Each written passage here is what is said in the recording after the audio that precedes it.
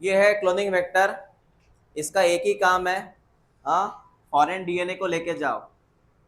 Foreign DNA, तेरा जो foreign DNA होता है, ये फॉरेन डीएनए, इसको कैरी करो, इसको कैरी करो, फॉरेन डीएनए को कैरी करो।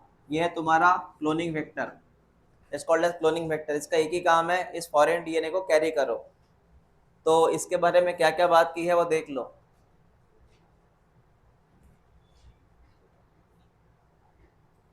एक चीज याद रखना बेटा, हम बायोटेक में दो क्लोनिंग वेक्टर ज़्यादा यूज़ करते हैं। एक का नाम है प्लाज्मिड और दूसरे का नाम क्या है?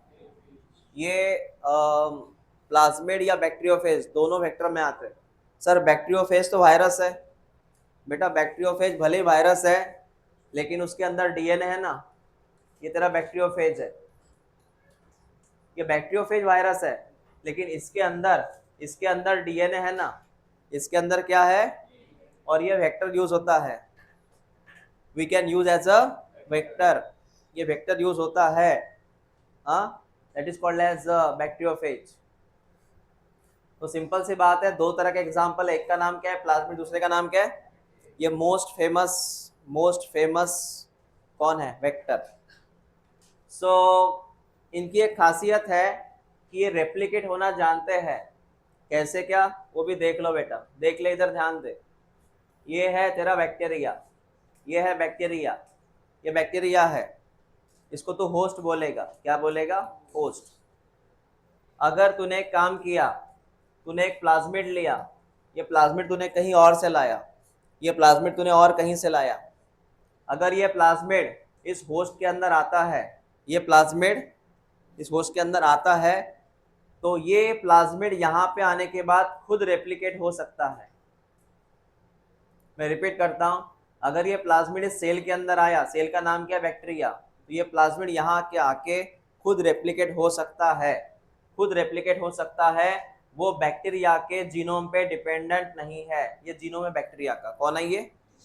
मतलब बैक्टीरिया का DNA, original original genetic material. ये प्लाज्मिड यहाँ पे आके खुद रेप्लिकेट हो सकता है, ये जीनोम पे डिपेंडेंट नहीं है, वही लिखा है वहां पे। So replicate within bacterial cell independent of control of chromosomal DNA। chromosomal DNA का मतलब ये वाला DNA। तो ये प्लाज्मिड भैया खुद होके रेप्लिकेट हो सकते हैं। They are non depend on the genome. समझ में आया तुझे? ये खासियत है प्लाज्मिड की। ओके बेटा, चलो, ये पहली बात समझ में आ गई। ये दोनों स्टेटमेंट आईएमपी है। दूसरा स्टेटमेंट क्या है वो देख। दूसरा स्टेटमेंट ये बोल रहे हैं, bacteriophage because of their high number पर cell have very high copy number of their genome within the bacterial cells। Bacteriophage because of their high number per cells have very high copy number। इनका इतना बोलना होता है कि ये अगर कोई सेल है, ये अगर कोई सेल है, इसके अंदर अगर कहीं, इसके अंदर इसके अंदर कहीं अगर ये डीएनए चला जाए, मतलब ये वेक्टर चला जाए, ये वेक्टर बैक्टीरियोफेज से आया, ये वेक्टर कहाँ से आया? ये वेक्टर कहाँ से आया? तो इसका बहुत सारा नंबर रहता है सेल के अंदर, ये बहुत ज्यादा रेप्लिकेट होता है, इसका बहुत सारा नंबर रहता है। मतलब सुन, ये जो ग्रीन कलर का डीएनए है, ये बैक्टीरियोफेज का डीएनए है, ये बैक्टीरिया में आया बाहर से। जब आएगा ना बैक्टीरिया में, तो वो अपना बहुत सारा नंबर बनाएगा उधर, ये बात कर रहे हैं। इसका नंबर हाई होता है एज कम्पेयर टू प्लाज्मिड। इसका नंबर हाई होता है एज कम्पेयर टू प्लाज्मिड, क्योंकि ये वायरस है, ये ज़्यादा रेप्लिकेट होता है एज कम्पेयर टू अदर कोई डीएनए। समझ में आया? हाँ, वायरस का इन्फेक्शन ज़्यादा होता है कभी भी बैक्टीरिया से। हाँ सर, इतनी बात समझ में आ गई। चलो आगे वाली बात करते हैं। चलो ये लाइन टिक कर। इसका सीधा सीधा मीनिंग है कि सर एक सेल में कितने प्लाज्मिड होते हैं? गिन, तुझे कितने दिख रहे हैं? 3। कितने दिख रहे हैं? 3 दिख रहे हैं ना। तो एक सेल में कितने प्लाज्मिड हो सकते हैं? एक भी हो सकता, दो भी हो सकता, 15 भी हो सकते हैं, 100 भी हो सकते हैं। ये 1500 टिक कर। एक सेल में कितने प्लाज्मिड हो सकते हैं सर बैक्टीरिया के? प्लाज्मिड बैक्टीरिया में होता है 15 से 100 हो सकते हैं। ये है इनका कॉपीज पर सेल। टिक कर बेटा।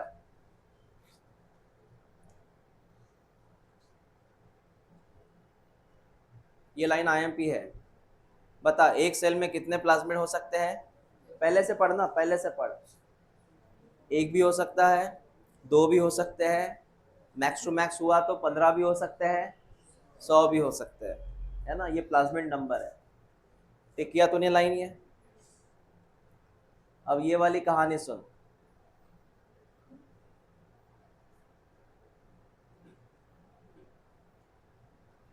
ये यहाँ पे क्या बात कर रहे हैं, सुनो। ये कौन सी बात कर रहे हैं यहाँ पे देख लो।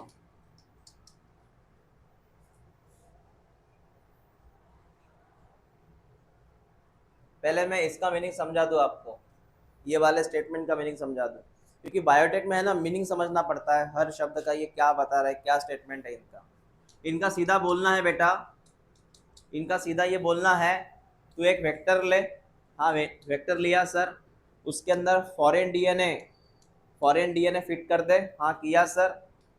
उसके बाद में तूने इसको शिफ्ट करना है किसी बैक्टीरिया के अंदर, दैट इज होस्ट। तुझे ये कंपलसरी शिफ्ट करना पड़ता। तो तूने क्या किया, तूने क्या किया इस अब बता इसका नाम क्या होगा। पहले ये सिंपल वेक्टर था, इसके अंदर तूने क्या ऐड किया, फॉरेन डीएनए। क्या ऐड किया, तो ये क्या नाम हुआ, क्या नाम हुआ, वो तूने कहाँ शिफ्ट किया। हाँ हो गया सर। इनका ये बोलना है बेटा, इनका ये बोलना है, जैसे एग्जाम्पल सुन, यहाँ पे देख ले। इनका ये बोलना है कि यहाँ जो आरडीएनए होता है ये खुद को रेप्लिकेट करता है। क्या करता है, तो ये खुद को रेप्लिकेट करता है। उसने खुद को रेप्लिकेट किया। अब उनका ये बोलना है, ये जो तो दिख रहा है येलो कलर का वेक्टर, एक्चुअली वो रेप्लिकेट हो रहा है। येलो कलर का वेक्टर रेप्लिकेट हो रहा है, उसके साथ और एक चीज रेप्लिकेट हो रही है, फॉरेन डीएनए। कौन सी बात समझ में आई तुझे, क्या बात है कि वेक्टर के साथ और एक चीज रेप्लिकेट होती है, वो कौन है, वही बात बता रहे हैं। Multiple it's number equal to the copy number of plasmid bacteriophage. मतलब जितना यहाँ पे प्लाज्मिड है उतना ही तुझे क्या मिलेगा, फॉरेन डीएनए मिलेगा। समझ में आया, ऐसे होता है। क्लियर हुआ बेटा क्या केस है। तो प्लाज्मिड के साथ और एक चीज रेप्लिकेट होती है, कौन सी, जो तूने वहां पे ऐड किया है। ओके। अब इसके दो मीनिंग सुन, ये लाइन टिक कर। रिकॉम्बिनेंट, नॉन रिकॉम्बिनेंट, ये वर्ड सुन, ये क्या होता है सुन। तेरे पास दो वेक्टर है, ये पहला और ये दूसरा, और तेरे पास ये फॉरेन डीएनए है। तो सिंपल सी बात है बेटा, सुन ले इधर। फॉरेन डीएनए जहां जाएगा, फॉरेन डीएनए जहां जाएगा, हाँ फॉरेन डीएनए जहां जाएगा, तो बैक्टीरिया भी ड्रॉ कर ले यहाँ पे। फॉरेन डीएनए जहां पे जाएगा इसको बोलना रिकॉम्बिनेंट। क्या बोलना बेटा, इस वेक्टर का नाम क्या है, कौन सा वेक्टर है ये, फॉरेन डीएनए जहां जाएगा उसका नाम क्या है, और जहां पे नहीं गया वो वेक्टर एज अ प्लेन रह गया, इसका नाम क्या है, नॉन रिकॉम्बिनेंट। पहले इसका मीनिंग सुन, रिपीट कर, बोल। जिसके अंदर फॉरेन डीएनए गया वो कौन, और जिसके अंदर नहीं गया वो, लिख लो इसे, रिकॉम्बिनेंट और नॉन रिकॉम्बिनेंट क्या है। जिसके अंदर फॉरेन डीएनए गया वो रिकॉम्बिनेंट, जो नहीं गया वो नॉन रिकॉम्बिनेंट। तो इसके अंदर फॉरेन डीएनए गया सर, ये तेरा फॉरेन डीएनए था। जिसके अंदर फॉरेन डीएनए गया वो रिकॉम्बिनेंट।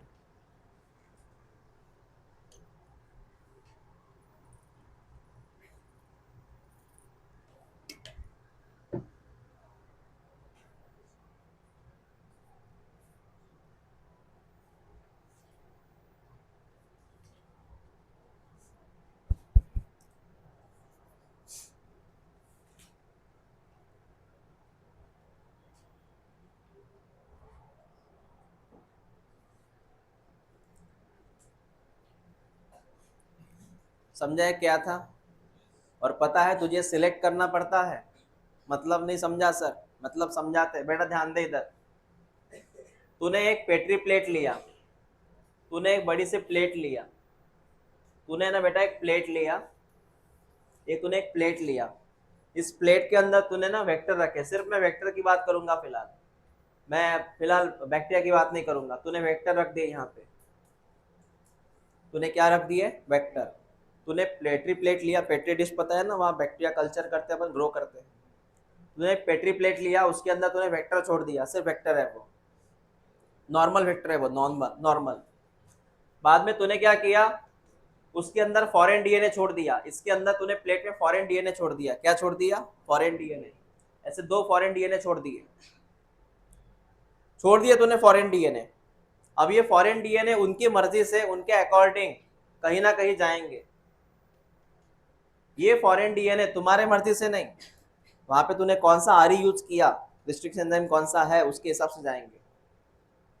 तो फॉरेन डीएनए जो होता है वो इसमें चला गया और एक इसमें चला गया। तुझे आंखों से नहीं दिख रहा है, तुझे आंखों से नहीं पता रहता कि फॉरेन डीएनए गया कहाँ, लेकिन वो गया कहीं ना कहीं। तूने फॉरेन डीएनए पहले प्लेटरी प्लेट में छोड़ा, वहां से वो कहीं ना कहीं चला गया। अब बता, 4 में से इसमें 2 कौन है और 2 कौन हो गए? ये भले आपको दिख रहा है लेकिन ऐसे प्रैक्टिकली नहीं दिखता, इसे तुझे कोई मेथड यूज करनी है ताकि उसका सिलेक्शन कर सके। तू क्या कर सके? क्योंकि आंखों से नहीं दिखता है ऐसे कि ये रिकॉम्बिनेंट है ये नॉन रिकॉम्बिनेंट। कोई तरकीब, कोई सॉल्यूशन निकालो ताकि तुमको पता चले। वही तो बता रहे ना हमसे, वो क्या बोल रहे हैं, आपको ये कुछ ना कुछ टेक्निक निकालनी पड़ेगी ताकि आप सिलेक्शन कर सके। किसका?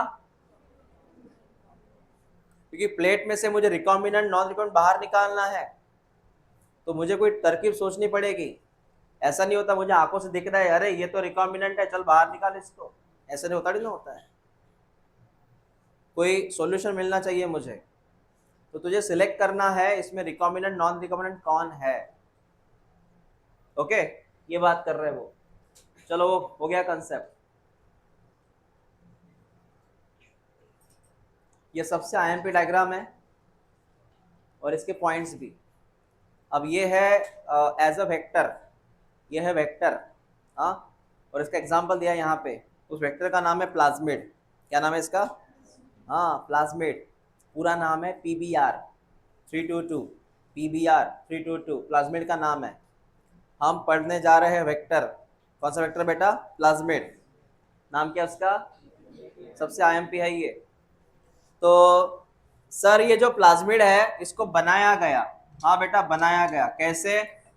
एक बैक्टीरिया था इकोलाई करके, उसमें से हमने प्लाज्मिड को बाहर निकाला, प्लाज्मिड को बाहर निकाला हमने, नेचुरल वाले प्लाज्मिड को बाहर निकाला, और इसके अंदर हमने चेंजेस किए, हमने इसके अंदर चेंजेस किए, और चेंजेस करके हमने एक नया प्लाज्मिड निकाला। उसका नाम क्या रखा?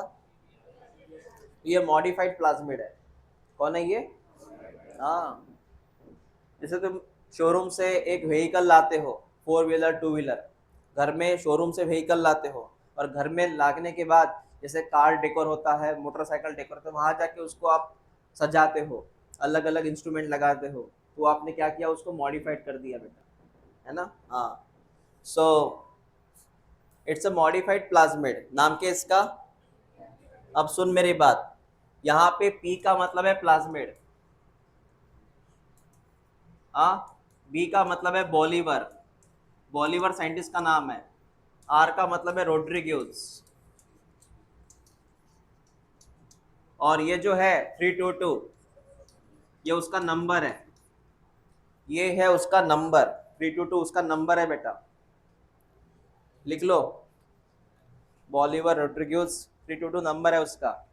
325 भी नंबर आता, 318 भी आता,